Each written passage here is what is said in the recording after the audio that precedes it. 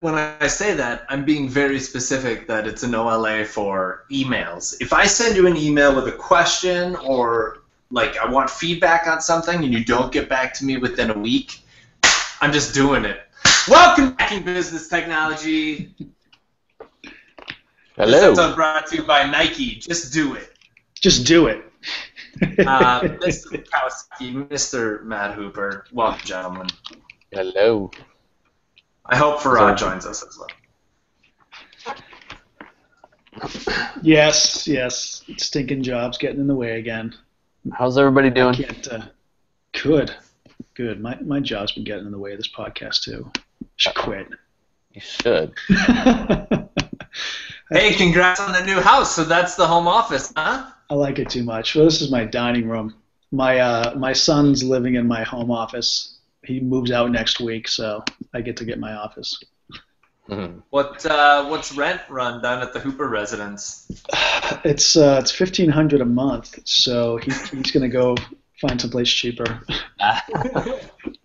So if you want to manage capacity, just financial pressure. It always changes the way people ask for things. Well, by the looks of it, he's definitely underpaying, but that's just my perspective. So this week in tech or in ITSM, apparently people are really attached to their cakes. Just not take the cake away. The cake is a lie. Yeah, I read your blog and I thought it was a good point. I definitely did think the same thing. Like, I wonder if I was a company, I really want everybody to know that I'm putting all this stuff out there.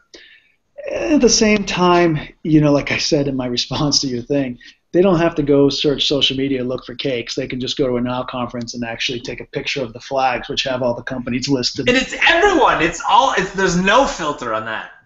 Yeah. So, which is really bold. It is really bold. I'm sure they're violating a ton of things. But you know what it is I just don't know that it matters all that much. It doesn't. Okay, I need some background. Somebody give me some background. Okay, so I posted on LinkedIn that people shouldn't, if they're concerned about security, if security is a high priority, then they shouldn't put go live cakes on LinkedIn because that's how Target got hacked. HVAC vendor. Like someone just knows who their HVAC vendor was, fished someone at the HVAC vendor, got their login credentials, sent that to Target, logged into a machine, caused an incident on the machine. The service desk goes to check it out. Now they've got admin password access. Done. Yeah. That's an attitude from 10 years ago, though. You have to assume everything. That's what I think. That's what I think too, Mark. Yeah. It's not ServiceNow's making people insecure or that they're joyous salespeople, because I don't know if maybe they get their commission check when they actually go live. Maybe that's why they're celebrating have the cake to get paid. Well, and someone made a good point. They're proud of the hard work that they've done to get a bloody system in place, to get it approved, to get it selected, to get it selected, to get it to get the PO issued, get the license key, get it installed, get it configured, and actually have your service desk use it. It's an epic story. It's usually a very long journey, and it's anywhere from minimum of 7 months to sometimes several years.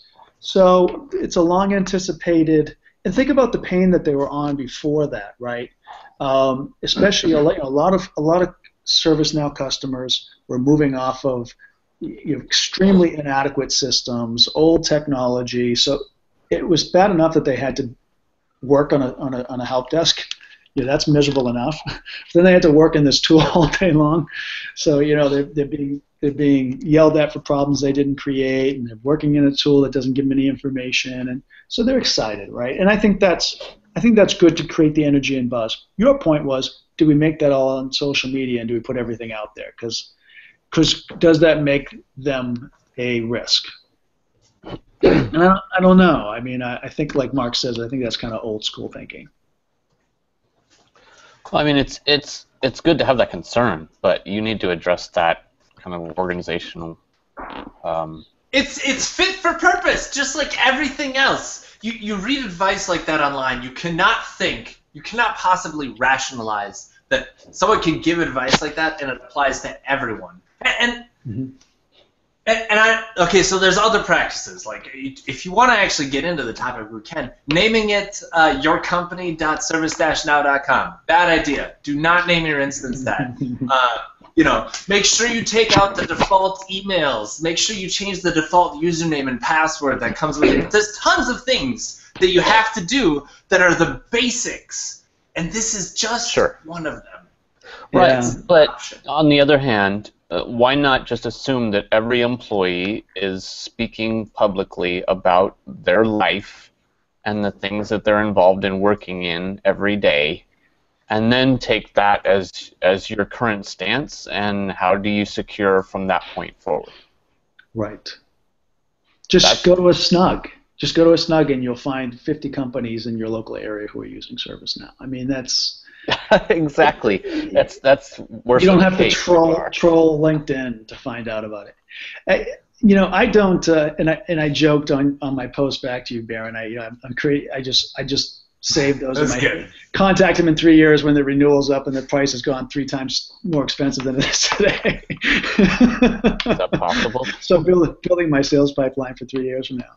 But I think it comes down to the fact that, listen, there's very little we can celebrate, and I think it is good to celebrate it. But you bring up a good point, which is we got to be careful with sharing. It's like my kids when they got their permits. They went to Instagram and Snapchat and all that stuff. I said, awesome, just don't let them see anything that's on the permit, right? Because that's got your information out there, and so maybe there's a relative need for more sensitivity around who's using it. And maybe ServiceNow will respect that, and we'll respond to your kind warning. No, I wasn't talking about ServiceNow. To be completely clear, I was not talking about ServiceNow. Oh, who else does cakes? No one. I assume no. It's actually it is actually one of their partners. It's not like them. Yeah, but it's always a service. That's the ServiceNow thing, is a cake. We did it at Ikorio all the time. Actually, at Ikorio we were smart. We didn't try to one up them with cakes. We brought balloons. We brought power-up balloons that had the power symbol, and they were lighted. It's CareWorks. Is that the healthcare one? That's the one that posts them all now. It's CareWorks. Yeah. So it would be cool if they did a cake with the actual UI on the cake, and then maybe a list of all the processes that they're going live with, and a candle for each process. Yes. A candle for each process. And as it melts, change and config come together. Yeah, there's one. Also, get an ice cream cake. Candle with incident requests. We really don't know which one it is. Hey, did you see my post on that one? I said, while you were debating whether it's an incident or a request, all the talent just left. They don't care. Really, that's what we were talking about on ITSM Weekly when we recorded. It's not about that. You can't even think about that. You just have to think of it like a person. It's a person that has a problem. Or a request. No. That's my blog was about. That's not how we can think about it. They're all requests. They're all requests. It's requests for knowledge. It's requests for support. It's requests for a new hardware. It's a new request for this new software. It's a request for a project. It's a request for change. Yeah. It's just for knowledge. They're all requests. However, from an executive level, there are two things I want to know as a CIO. Do I have demand on my technology infrastructure, or do I have demand on my people infrastructure? And separating incident and request into two different queues helps me to determine, do I have technology infrastructure issues? Do I have technical fragility? Do I have systemic debt that I need to invest in and focus on particular areas? Or do I have training issues or staffing issues or coverage issues or assignment and roles and responsibility issues that I need to address? Because at any point in time as a CIO, I'm fixing one thing or another, my technology or my people. Yeah. Yeah, there's a lot of data. What do you think about going to users? Can you trust humans to make those decisions? Yeah, to a degree. But if I could build what my desired state is into a system and let that drive it for me, the better, right? Yeah. So Yeah. so for simple things like every time someone asks for a password reset, if I start to see that over and over again, I can say, well, you know what? We're spending a lot of time people answering the phone and just going through this process of resetting people's passwords because they forget or they left cap locks on. Why don't we make a little bit of an investment in technology here and automate that, right? Yeah. Give people self-service access to systems and approval and push that back onto it, right? Remember, IT is no longer a department. We're shared responsibility in this world of technology enablement. Let's put that back on the managers because a business system, who in IT really has the right to say whether Joe or Sue have privileges to a record in a healthcare information system? That's really the line of business manager or supervisor who has that accountability and culpability. Push that back on them to approve it. Let them request it, let them approve it, let's track it for audit and compliance and regulatory and security and all the other things we need governance for. But push it back to who you need to. But you'll never get that cost justification if you don't have some kind of empirical data that says, I have a people demand issue, right? Because incidents only tell you, well, where should we invest in fixing out our technology infrastructure? Where should we fix our fragile assets? I think And are people actually looking at that stuff? Yes. It's so depressing to talk about this because it's indicative that we haven't made it very far. I disagree. So let me ask you this. Do you run into a lot, because this is not something I run into, thank goodness. Do you run into a lot of companies that don't have password resets? Yes. So Linda sells a tool called Password Central, and it's super easy, it's super awesome, and yet tons of customers don't buy it. And you look at people have a hybrid too. I mean, you may need. Some people implement a password reset system, but you still have to call and verify your identity or some. No, you don't. It's two-phase authentication. Their identity is their cell phone. No, I'm saying that's what a lot of people do. They don't fully implement an automated system end to end. But I mean, it's difficult to even think that you can trust a company that doesn't offer fully automated password reset. I mean, our banks do it, and yet, the place you work doesn't. It's weird. Yeah. See, most of the places I've been to recently, at least on projects anyway, they've got it. They got SSO. They got it figured out. They got role-based security figured out. And then everything's authenticated in one system. You only need one password reset tool and one password. And I don't know. I am spoiled in that the places I go have enterprise architecture departments and technology design teams that are actually making sure that people do that. At least that's my assumption. That's how they got there. That's because you have to be a big fancy company in order to afford Maryville. Oh.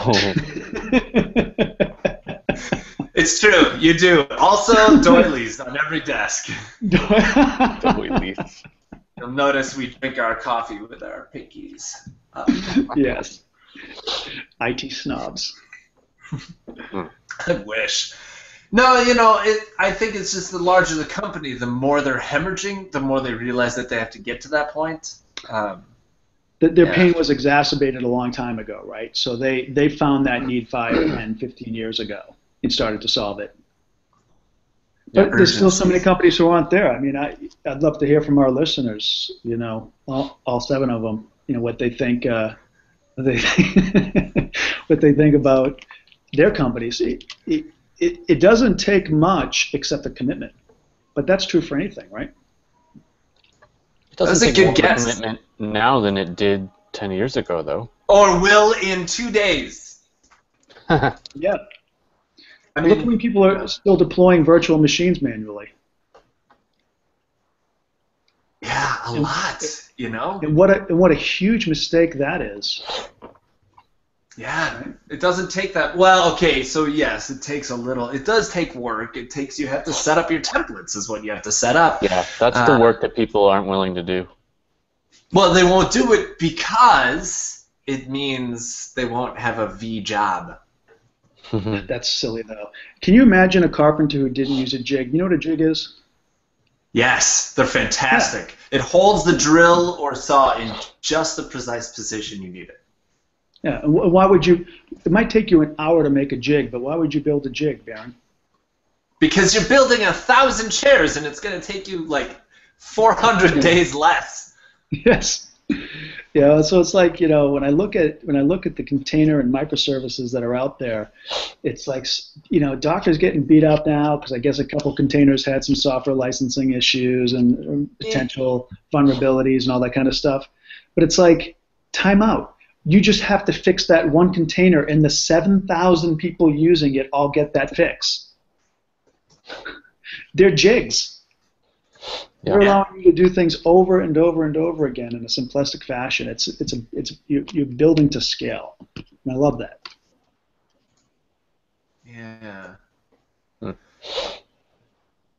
I don't know. Yeah, I mean, I shouldn't say that they won't have a V job. I'm just saying that there will be less resources specifically. Okay, go ahead, Ron. No, I'm just trying to think of why people don't build common templates and why they aren't successful with that. I mean, I've seen people even without automation on the virtual machines. I mean, you still would want templates even if you don't have an automated way to create the machines, and they still don't even do that.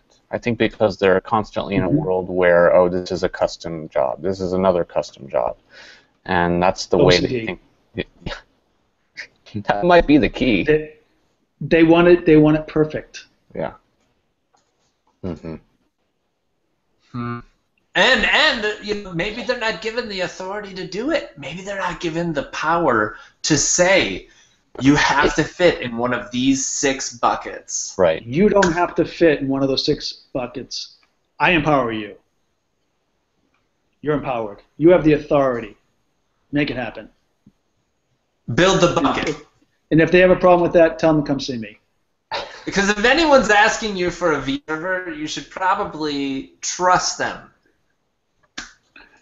Right? Like you're gonna give them admin credentials to something. Why not just spin up a box and then just trust them? But then you get into the same container thing and you got to license correctly. I don't know. It seems like a commodity, and I don't think it is a commodity.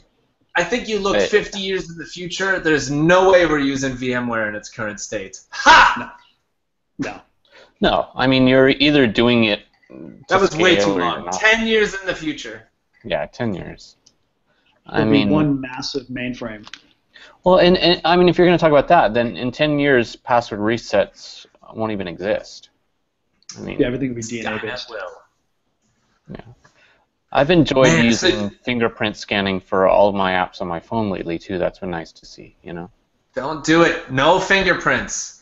It's bad. Biometrics are a bad thing because when someone steals your biometrics, you can't steal them back. I don't know, Matt. It's like, what's the solution then? That's someone steals your thumbprint, then what? What are you going to use your thumbprint for? Anything? If someone steals my thumbprint, then they have to find a way to secure against using a stolen thumbprint. That's right. Besides cutting your thumb off. Yes. Okay, so then you've got a Bluetooth chip in your thumb, and it has to near field communication in your thumb. So it has to be near field, and it has to have the right print, and they have to match, and it's encrypted between those two, so you can't tell which one is the right match. There's a second broker for that authority. Huh. No, I don't think you should use biometrics. you still didn't convince me. Well, yes. But it is terribly convenient. But isn't that the risk of IoT? I wish someone found my information valuable enough to go to that kind of trouble. Oh, Apparently, if Mark. you signed up for Ashley Madison, they found it valuable enough. No, I think you pretty much had to have a high-profile, personality to begin with. No, you're part of a behavior set they want to understand. Someone. You a male? Yeah. Are you male and white and employed? Target. You're a target. Don't get hacked by your HVAC vendor.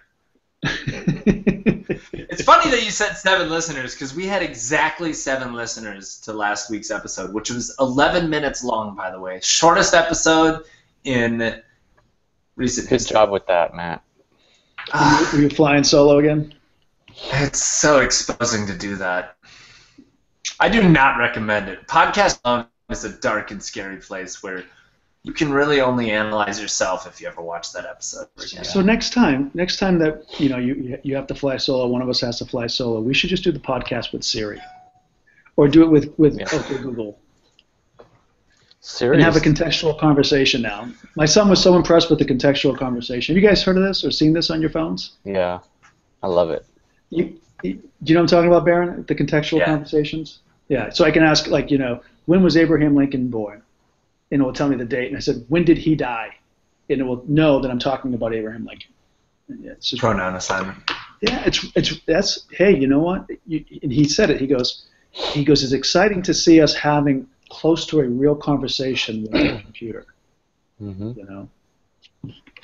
Yeah, it's gotten a lot better. If you have a watch or thought about getting a watch, don't even think about it until this update, because Siri is a million bajillion times better on the watch now. And clearly on the phone, too. The other thing that creeps me out about it is if you ask him or her, if you ask it to do something it doesn't do, it says specifically, as much as I would like to, I can't do X. How creepy is that? It's stating a desire, but it's clearly a feigned desire. Well, that's Turing, right? We just have to believe it's real. It doesn't have to be real. But yeah, that's a lot better. Hey Siri got a lot better too. It actually works now. Like before, it would kind of bug out all the time. They really are getting that right. I frequently think of that man in the chicken costume who you could text it to do things. Remember, you could tell it to jump on the couch or do push-ups. You know what I'm talking about? Yes. I understand. So for those who didn't know what I was talking about, it's early 2000s, if not sooner, right? Maybe it was late 90s. There was a website. There was this guy in a chicken suit, and you could tell him to do things, and he would do it. And everybody was confused, is he really doing this real time? And because he started to get thousands of hits per hour. It wasn't possible for him to be doing the things told, but it was recognizing language, and it was a whole college study, and they were learning all the things that people would ask him to do, and he would just keep doing new things, and they were tying similar things to it. So basically it was taking language into action and normalizing it. So if I said, jump up and down on the couch, it's just like jump on the couch, right? Up and down is different than on, but they mean really the same thing, and they would do the same thing. So it was interesting to see that. I wonder how much of that really went to kind of the grassroots artificial intelligence that we might see. Because I'm really impressed sometimes with Google. OK Google. Is it Google or OK Google? What's the official title for? OK Google, if it's the voice interaction. Okay. What's really fun is to have a Google and Siri contest. I've done that with a friend before. You ask it the same thing, and then you score who did better. It's sort of like wiki racing, but AI racing. I've not asked OK Google what's 0 divided by 0. I'll have to. Yeah, that's a fun one. But well, there's also a difference in do they give you a precise information that you need, or do they give you a lot of information that you can sort through? So there's different kind of ways of ranking answers. Read my unread email, though. That's nice. Read my unread messages. Oof. Well, unless you have 243 like I do right now. Oh, sounds abusive. I think I would dump your platform. Switch off of email. Go to something else. Use phones. No, don't use phones. Ugh. Ugh. But is there a so way? next week, which one of you is going to go solo next week? Message in a bottle. I'm out next. I'll go solo. I'm in. I think I'm in next week. So that actually isn't necessary. It'll be the math show. The last thing that I wanted to say is Code Academy has free learning tools, including free learning tools. If you're learning to code, check out Code Academy. And they actually added a SQL course today.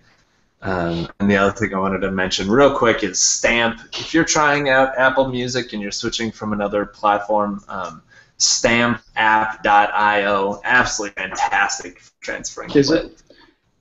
What's this thing with Milk? Anybody have good reviews on Milk? Is it worth spending my time? I've turned into a Samsung guy, and I'm wondering if I should be looking into Milk. Yeah. I love Milk. It's delicious. I don't know what you're talking about, though. It's Samsung's music platform. Oh. So if anybody's got any advice for me on that, let me know. I use Rhapsody. Are they still in business? Yeah. Do you have one of those Zen MP3 players? No, it's really good.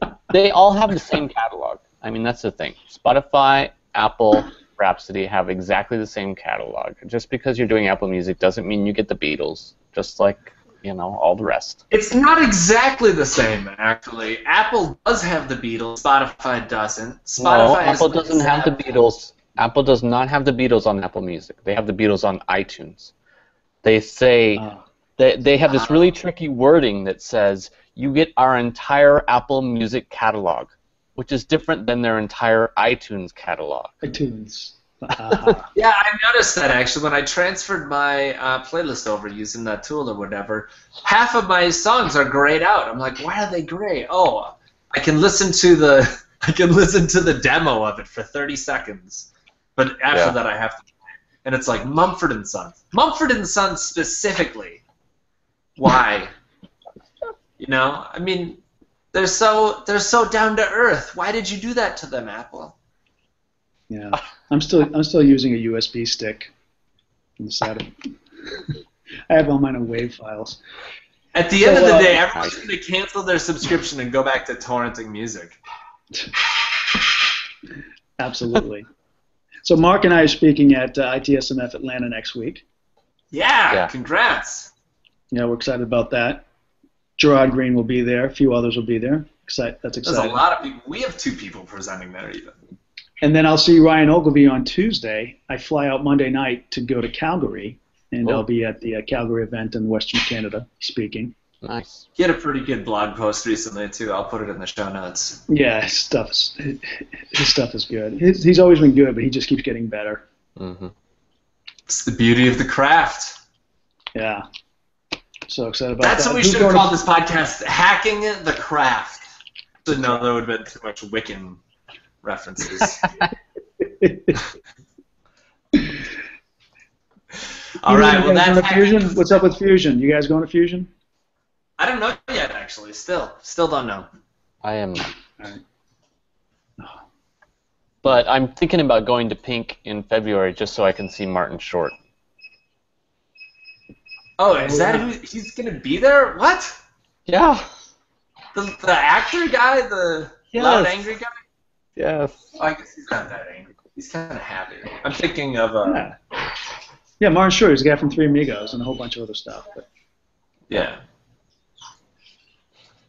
Guested on SNL quite a few times. All right, well, that's Hacking Business Technology. We'll see you at an event. If you don't have an event, you should start an event because it's one of the best things you can do. The best way to learn is to teach. Go out and teach, and we'll see you next week. Bye, everybody. Have a great week.